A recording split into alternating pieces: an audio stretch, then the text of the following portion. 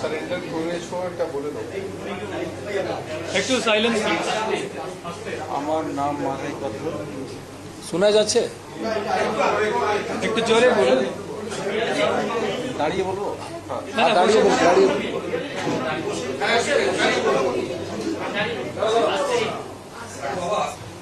এর সঙ্গে আর একজন আজকে কলকাতা পুলিশের কাছে সারেন্ডার করছেন। ওনার নাম আছে মাধাই পাত্র। ওনার বাড়ি আছে জঙ্গিপাড়া, হুগলি, এবং উনি অনেক দিন ধরে অ্যাক্টিভ মাওয়িস্ট ছিলেন। প্রথম অ্যারেস্ট হয়েছিলেন উনি 2007 সালে। তারপরে বেল পাওয়ার পরে উনি এখান থেকে বেরিয়ে ঝাড়খণ্ডে বিভিন্ন জায়গায় কাজ করেছেন এবং খুব প্রমিনেন্ট লিডার ছিলেন।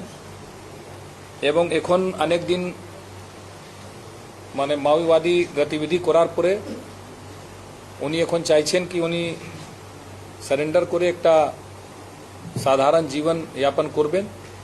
ওই মানে আর্মড স্ট্রাগল ছেড়ে উনি মুখ্য স্রোতে চলে আসতে চাইছেন। তো আমাদের যে সারেন্ডার অ্যান্ড রিহ্যাবিলিটেশন পলিসি আছে, ওই পলিসি হিসাবে যে বেনিফিটসগুলো আছে ওনাকে দেওয়া হবে এবং ওইভাবে ওনাকে রিহ্যাবিলিটেশন জন্য সাহায্য করা হবে।